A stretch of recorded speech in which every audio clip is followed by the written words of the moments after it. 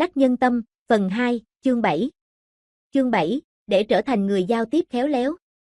Tôi gặp một nhà thực vật học nổi tiếng tại một buổi ăn tối do một nhà xuất bản ở New York chiêu đãi. Đây là lần đầu tôi được tiếp xúc với một nhà thực vật học cho nên tôi bị cuốn hút ngay vào những câu chuyện lý thú của ông về các loại thảo mộc kỳ lạ và những kinh nghiệm phát triển các giống cây kiểng. Ông cũng nhiệt tình tư vấn cho tôi cách giải quyết vài vấn đề liên quan đến mảnh vườn nhỏ của tôi. Thật ra như thế là tôi đã vi phạm mọi quy tắc lịch sự quên sự hiện diện của hàng chục vị khách khác kể cả chủ nhân bữa tiệc để ngồi nói chuyện hàng giờ với nhà thực vật học này. Đến khuya tôi chào mọi người ra về. Nghe kể lại, lúc đó, nhà thực vật học quay sang chủ nhà khen ngợi tôi là người thú vị nhất, rồi kết luận rằng tôi là một người nói chuyện hay nhất. Thật sự tôi chẳng nói gì nhiều nhưng lại được khen là một người nói chuyện hay bởi vì tôi hoàn toàn mù mờ về thực vật học nên chỉ biết ngồi yên và lắng nghe. Sở dĩ tôi chăm chú lắng nghe là vì tôi thực sự quan tâm đến những điều ông nói.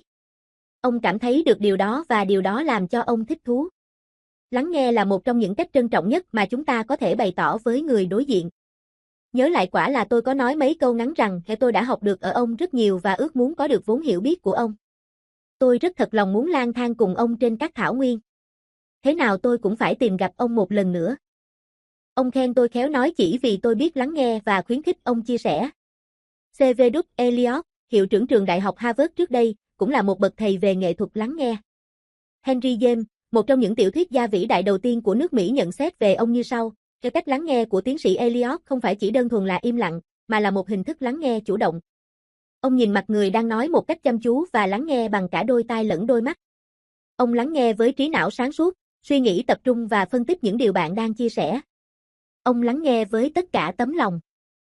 Cái thâm thúy sâu sắc của từ lắng nghe cũng được thể hiện rất rõ trong ngôn ngữ được xem là thông dụng nhất trên thế giới. Nếu quan sát chữ viết trong tiếng Trung Quốc, chúng ta sẽ thấy từ lắng nghe được viết bởi những nét chữ tạo nên bằng nằm từ nằm bên trong, tai, mắt, tim, một và vua. Lắng nghe ở đây bao hàm chúng ta cần phải mở rộng tai, mắt, tấm lòng hòa làm một với người đang giao tiếp và cho họ thấy được sự quan trọng của họ. Lắng nghe người khác rất quan trọng.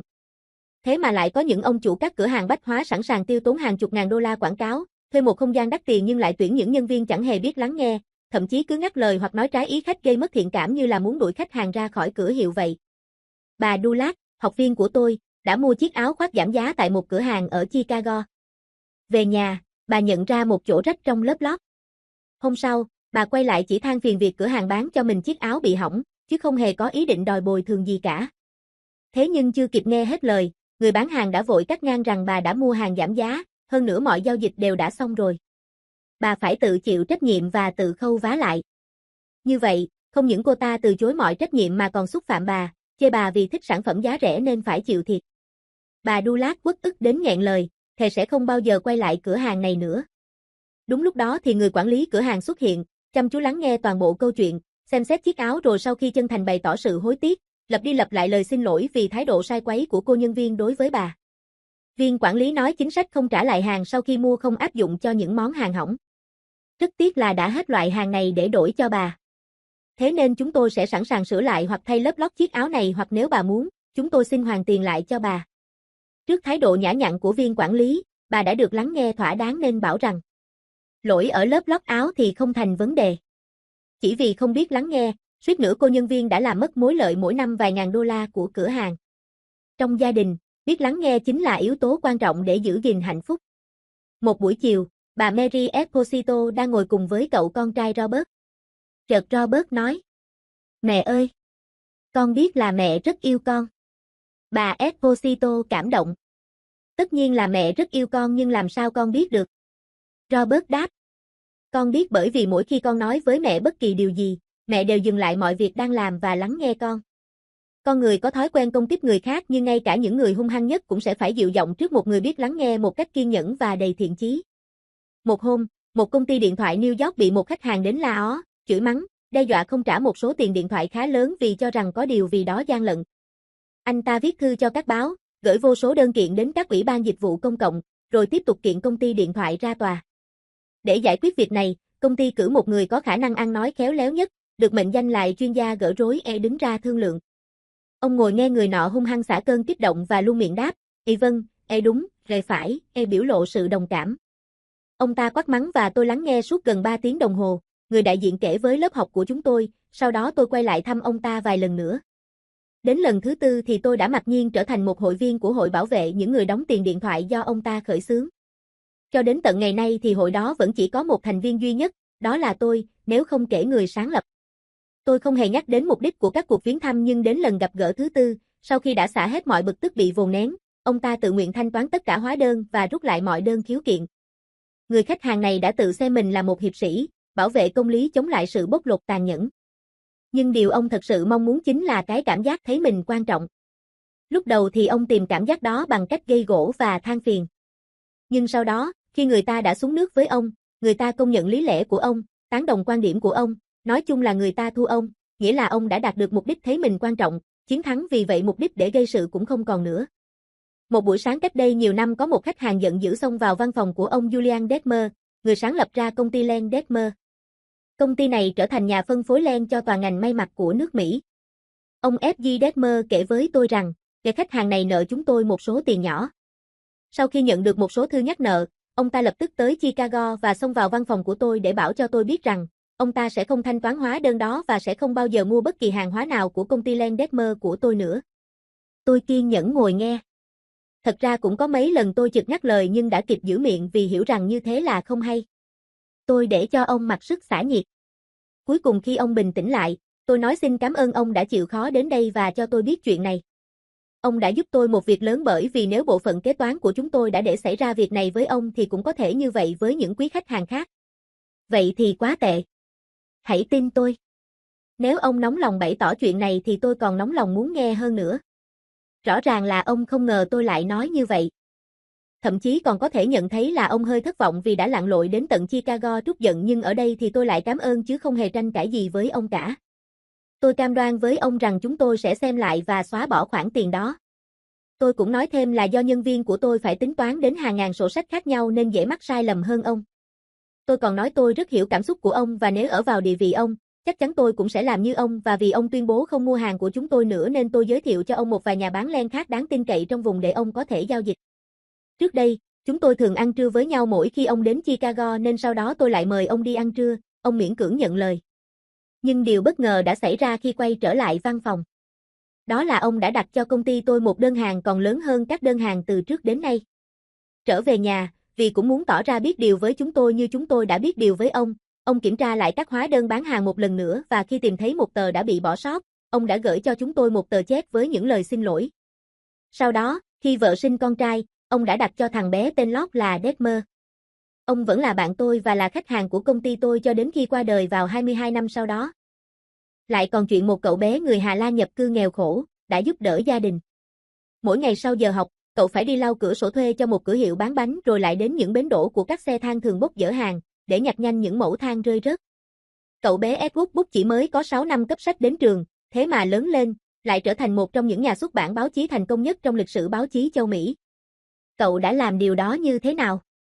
Rời khỏi trường học khi mới 13 tuổi, làm người giúp việc văn phòng cho Western Union nhưng chưa bao giờ cậu từ bỏ quyết tâm hoàn thiện bản thân. Cậu bắt đầu tự học một mình.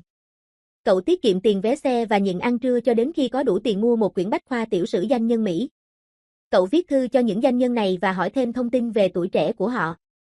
Đồng thời cậu cũng viết thư cho tướng James Garfield, người mà lúc bấy giờ đang vận động tranh cử tổng thống và hỏi có phải hồi còn nhỏ, ông đã từng làm nghề dắt thuyền trên một con kênh hay không? Garfield đã phúc đáp lá thư của cậu. Cậu cũng viết thư cho tướng Grant để hỏi về một trận đánh. Grant đã đưa cả bản đồ cho cậu xem rồi còn mời cậu bé 14 tuổi này đi ăn trưa, ngồi nói chuyện suốt cả buổi chiều.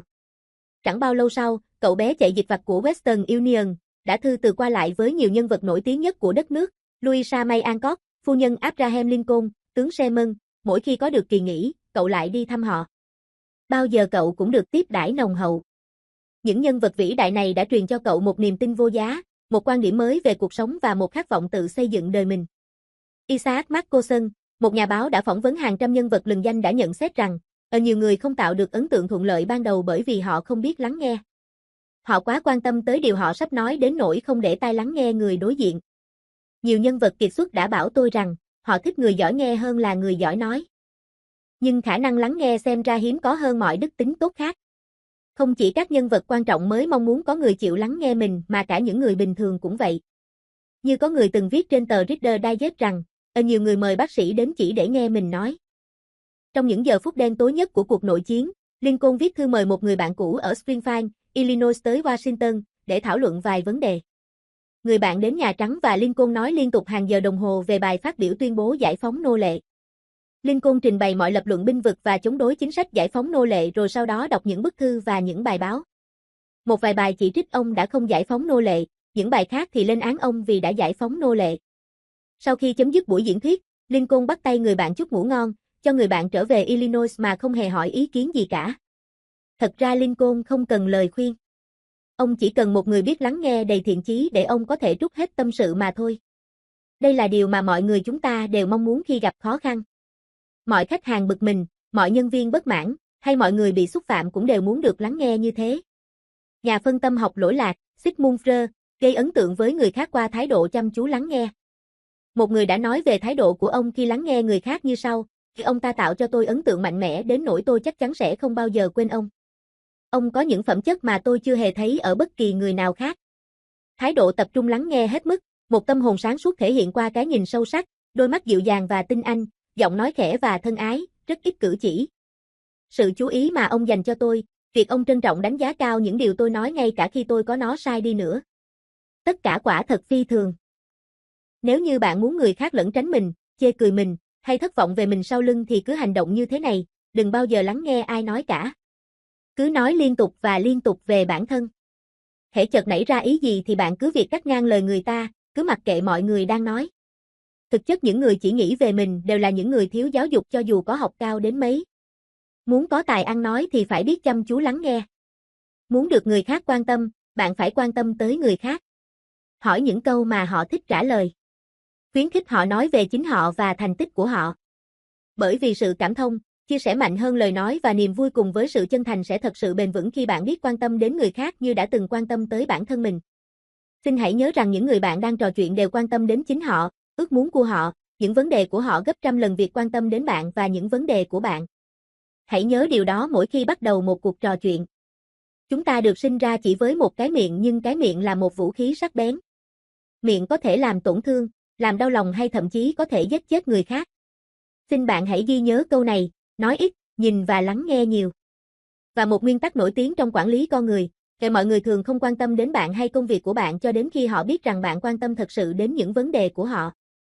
Sự im lặng du dương hơn bất cứ bản nhạc nào, Christina Rossetti, càng trong tĩnh lặng, càng nghe được nhiều, Baba Ram Dass. Nguyên tắc 7, biết lắng nghe và khuyến khích người khác nói về vấn đề của họ.